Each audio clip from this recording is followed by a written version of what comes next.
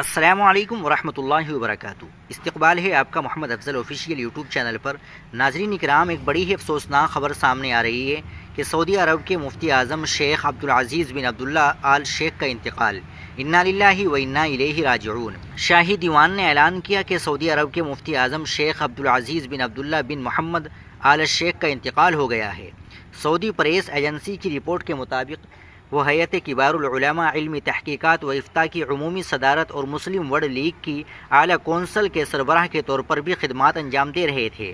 شیخ عبدالعزیز بن عبداللہ آل شیخ کی نماز جنازہ عصر کی نماز کے بعد ریاض کی امام ترکی بن عبداللہ مسجد میں ادا کی گئی۔ خادم حرمین شریفین شاہ سلمان بن عبدالعزیز آل سعود نے حکم دیا کہ ان کی غائبانہ نماز جنازہ مکہ مکرمہ کی مسجد الحرام، مدینہ منورہ کی مسجد نبوی اور مملکت بھر کی تمام مساجد میں بھی عصر کی نماز ادا کی گئی۔ شاہی دیوان نے کہا کہ ان کے انتقال کے ساتھ ہی مملکت اور اسلامی دنیا ایک جلیل القدر عالم دین سے محروم ہو گئی ہے، جنہوں نے اسلام اور مسلمانوں کی خدمت کے لیے نمایاں خدمات انجام دی۔ خادم حرمین شریفین اور ان کے ولی عہد شہزادہ محمد بن سلمان بن عبدالعزیز آل سعود، ولی عہد اور وزیر اعظم نے ان کے اہل خانہ، سعودی عوام اور اسلامی دنیا سے تعزیت کا اظہار کیا ہے۔